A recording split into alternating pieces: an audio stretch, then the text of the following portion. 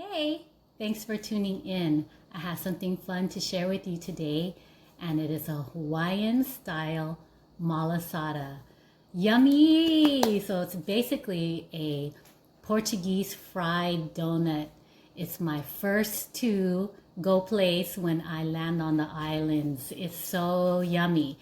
So my cousin MB, Mary Beth, she sent me the recipe and challenged me to make it. So let's see what happens. All right. So the first ingredient is 1 tablespoon active dry yeast, 3 eggs, 1/2 cup sugar, 2 tablespoons of butter, 1/2 cup milk, 1/2 cup half and half, 1/4 teaspoon salt, 4 cups of flour, and of course canola oil for frying. So I'll review the ingredients again just to make sure. So it's 1 tablespoon of active dry yeast. So 1 tablespoon of this. I'm going to take 1 tablespoon of this and put it in 2 tablespoons lukewarm water. And that activates the yeast. So 1 tablespoon of this. Okay. And then to further activate it, it's 1 teaspoon of sugar. All right, so I got my sugar here. Put that in here. Just kind of put it in here and wait until it gets frothy. Okay, so that's about 10 minutes. I'm going to set that aside. All right, the next ingredient is 3 eggs. So 3 eggs. So I'm just going to go ahead and cut them open. And I got my son who has agreed to help me.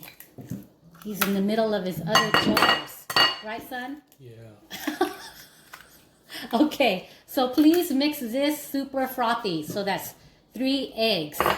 All right, in another bowl, this is what I'm going to do in another bowl.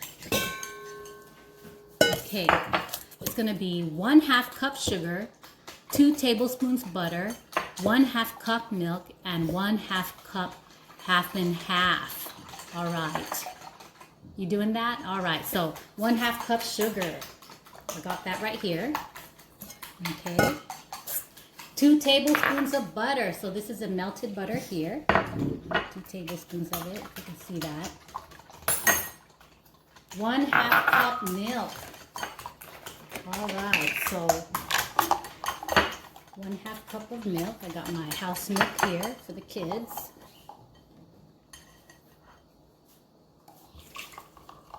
Okay, 1/2 cup half and half. So I got my half and half here.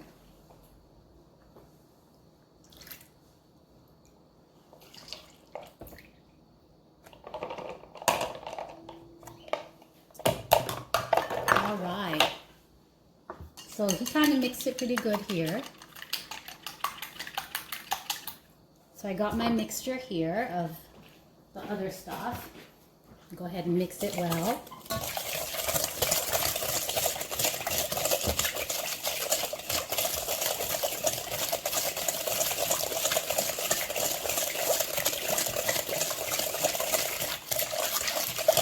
Okay, so doing the best we can. Actually, you know what we could do is we could use our mixer to mix this.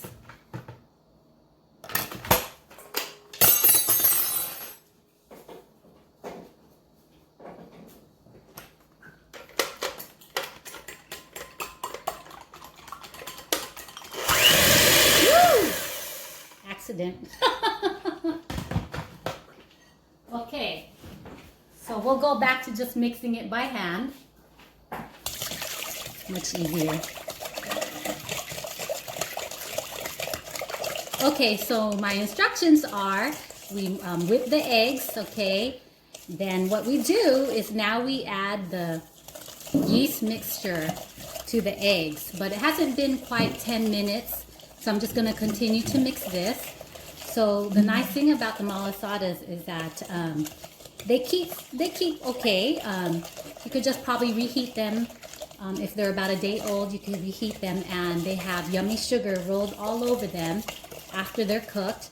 Of course, these are deep fried, so I have to get that ready also. And then this is the tricky part about making these kind of confectionaries is that you have to let the dough rise.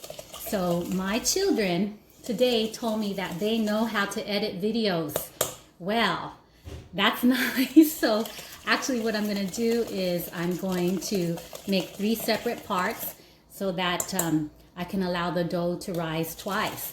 So after I make this one, I'll let it rise for about 1.5 hours covered in a warm area.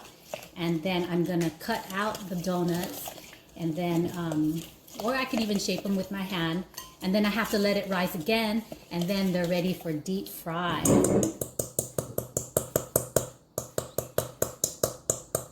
Okay, so in a separate bowl, we whip the eggs until light and fluffy. Then we're gonna go ahead and add the yeast mixture. So I'll go ahead and add the yeast mixture here. So here is the eggs, and here is the yeast mixture.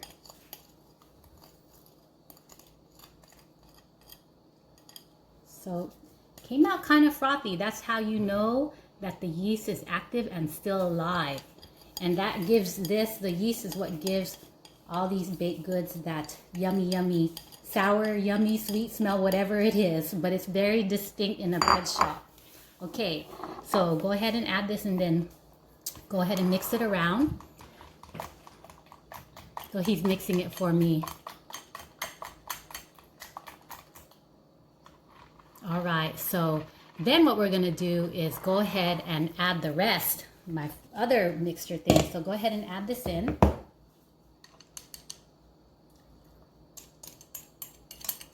All right, just do a mix here. Just put the rest of the yeast that I see here. Keep mixing and mixing and mixing, and then it says that we have to add the salt, so 1/4 teaspoon salt. All right. Okay, so this is where you're probably going to need a lot of help. Is someone has to help you pour in the flour. All right, so what we're going to do is I'm going to have this kneading needle that I'm going to pour the flour, use with the flour to make it. So it is like this. I don't have a stand-up mixer, so this is probably the next best thing right here. Okay, so let's make sure we got all the ingredients in.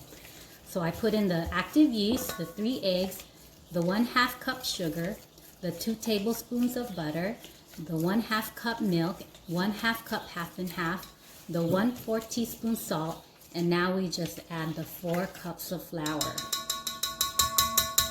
Okay, so I'm just gonna kind of get a feel for it. Okay, so son, can you just kind of slowly add in the flour?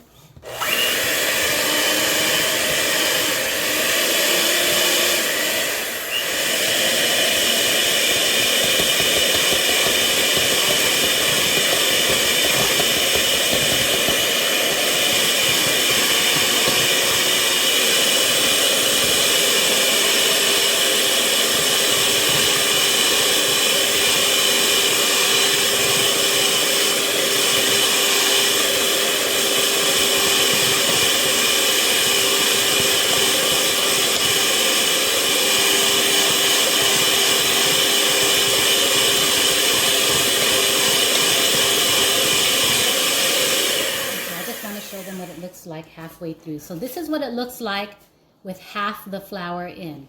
So we're just going to continue.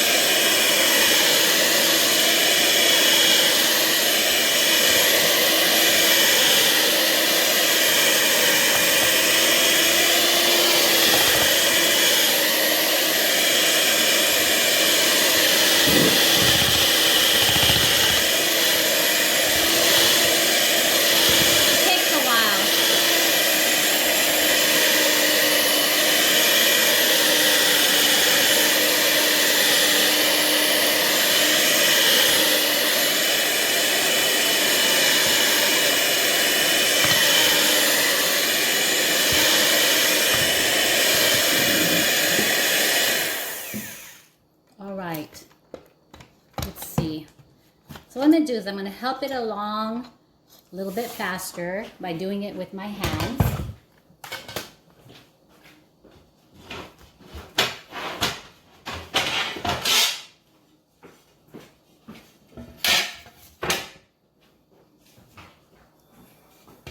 Okay, so what we're going to do is I'm going to knead it with my hands just to help it along a little bit faster because I don't have a stand-up mixer, which would have helped me greatly. So I'm going to go ahead and grab it.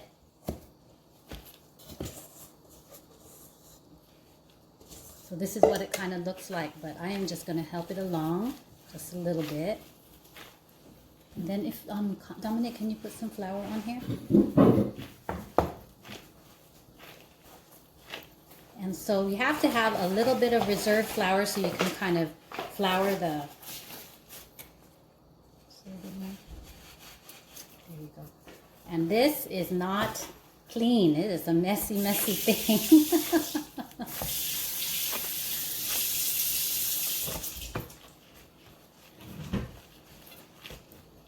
Okay, so a stand-up mixer would have been really, really nice, but like I said, I don't have one. So you just do what you could.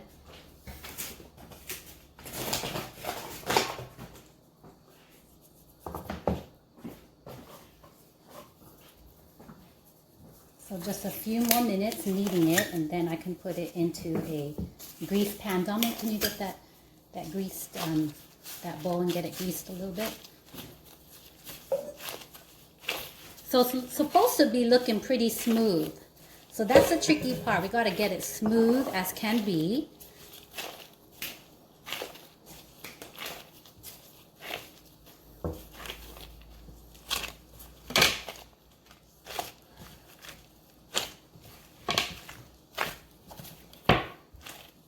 Okay. I think that's probably the smoothest we can do it for now. Okay, so I am going to go ahead and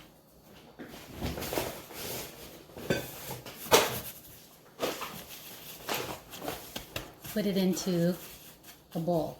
So the purpose of putting it into a bowl is for it to rise. So this is the first rise, okay? All right, so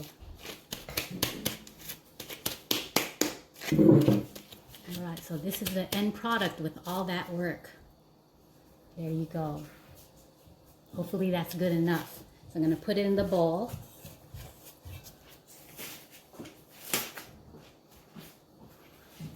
And I'm going to cover the bowl and find a nice warm spot to put this in to rise for about an hour to an hour and a half. The recommendation is till about double the size. So let's see how that goes.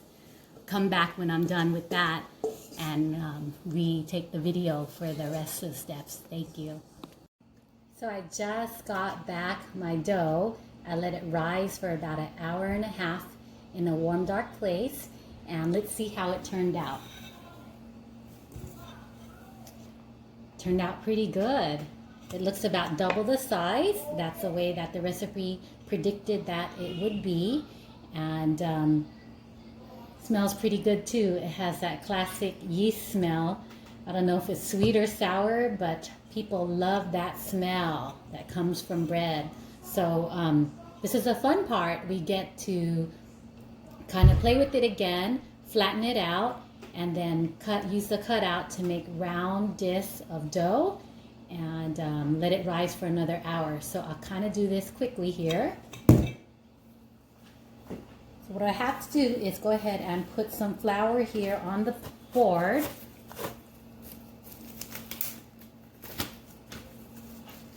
And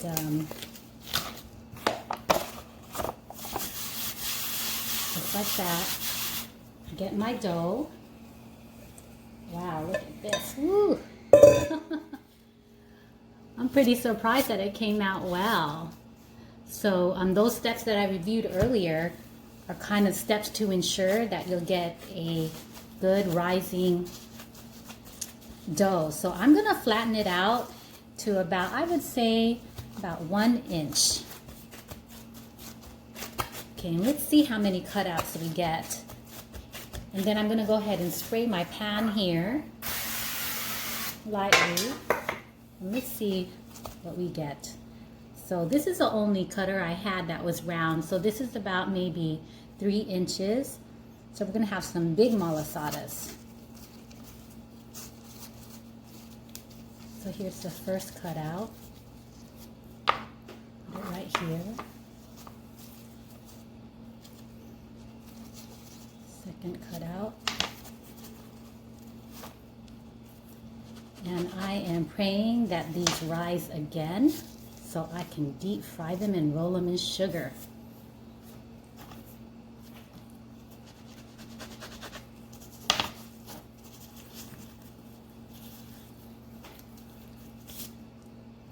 I am determined that these are going to come out good, because if they do, I now know the recipe and I can just make them whenever I want.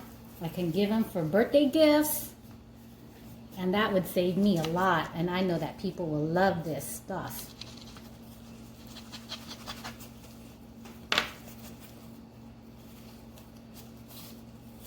Another one. Just going to kind of keep going. You'll probably get about maybe 4 more. Here's another one.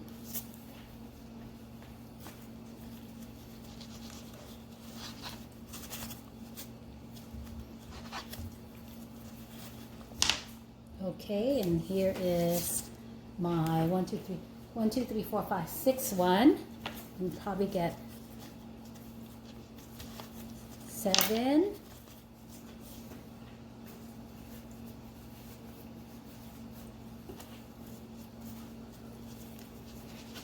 I hope that these turn out well, and I get to share with some of the friends tonight.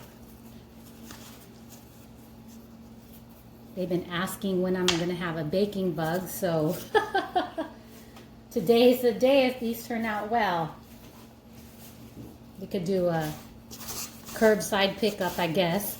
So I am just going to go ahead and put this aside and show you what the finished products look like here.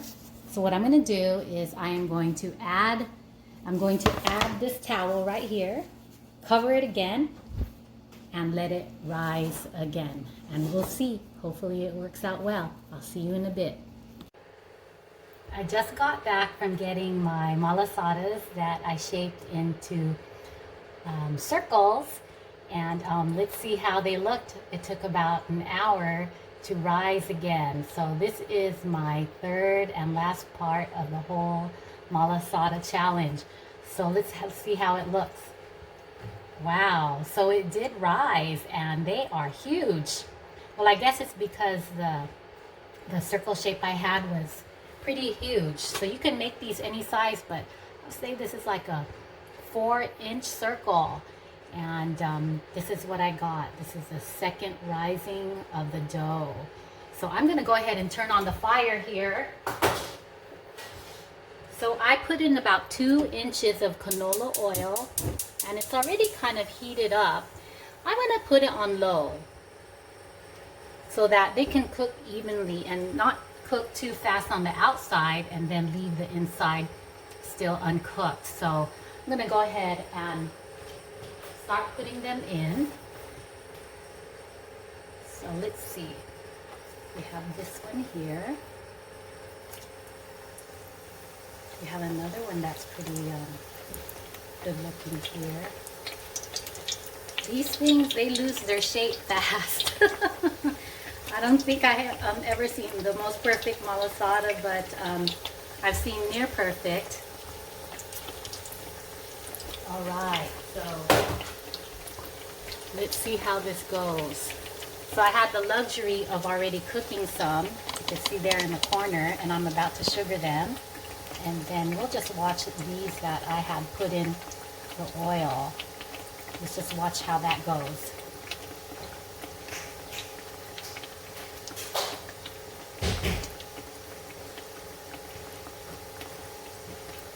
So I'm estimating maybe about a minute on each side, but I'm going to closely watch them. This kind of thing you can't walk away from for sure. All right, so while that is cooking, I already have samples of the finished product. So this one I already sugared up, and that, there you go right there. Looks pretty good. And here's another one. They're huge. It's a little bit flat, but no, it's a malasada challenge. And this is my first time cooking it, but it is still a malasada. Malasada is a malasada. Okay, let me check these right here really quick. They're cooking really fast. I'm just gonna go ahead and turn them so they can try to cook more even on each side.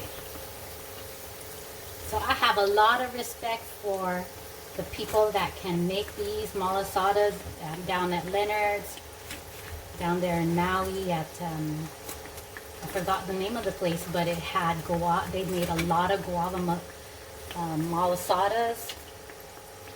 Here's another one. Okay. Let's sugar this up. The more sugar, the better. LOL, but only in moderation. Okay, so I'm just gonna sugar it up myself with my hands here. Okay.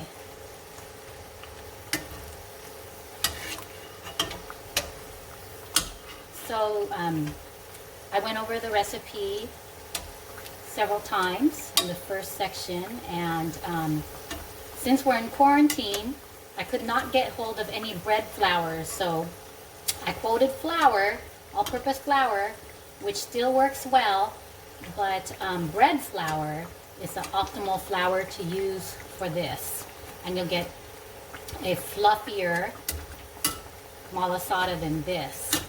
But it is, again, it is still good. It is still worth it. So it is already cooking really well. It cooks fast in this high heat, but definitely leave it on low because you don't want the outside too crunchy and then the inside too gooey.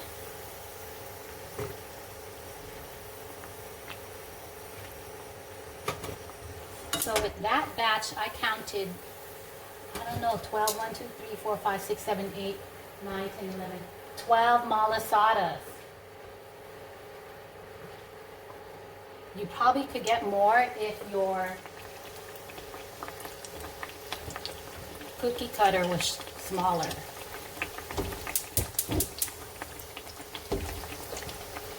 I'm just going to go ahead and cook the last 4 and be done with the recipe for the day. Alright, so I'm going to go ahead and, if you can see, I'm going to go ahead and sugar them up here.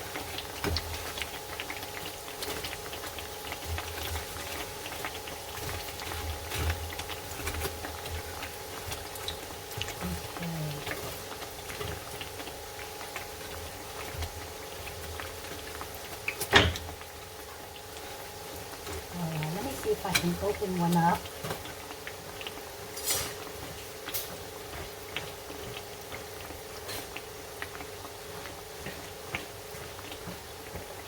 So let's open up this one here. Crunchy on the outside, soft on the inside. And this is what I got. It's just like the ones on the islands. Alright. Here's another one, the other side. There we go. And I've actually seen plenty on the island where they actually stuff it too. So before I let you go, I'm going to attempt to stuff one malasada with maybe something that I have here. So let's see what I have.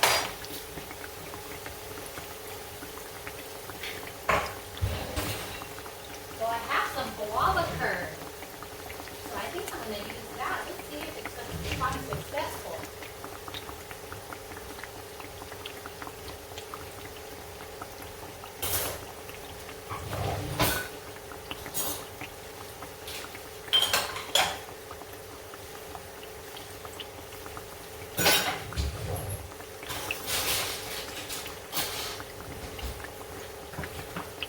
Alright, so I got some guava here. move these around a little bit. Okay.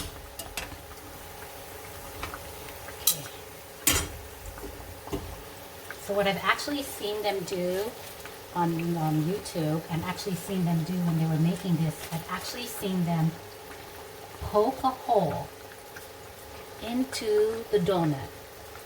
Just like this, with any object that looks like this. Kind of move it around a little bit. Alright? Move it around. Squeeze the dough a little bit to the side. And take whatever contents you want and just kind of squeeze it in. Woo! Yeah, hot. Squeeze it in as much as you could. And there you go. Now you have a guava malasada. Isn't that nice? Okay, I'm going to be taking these out.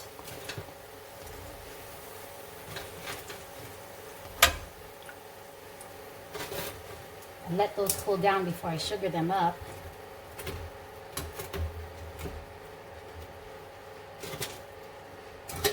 Alright, so here we go. One more look at the malasada. This is the guava malasada. Doesn't that look yummy?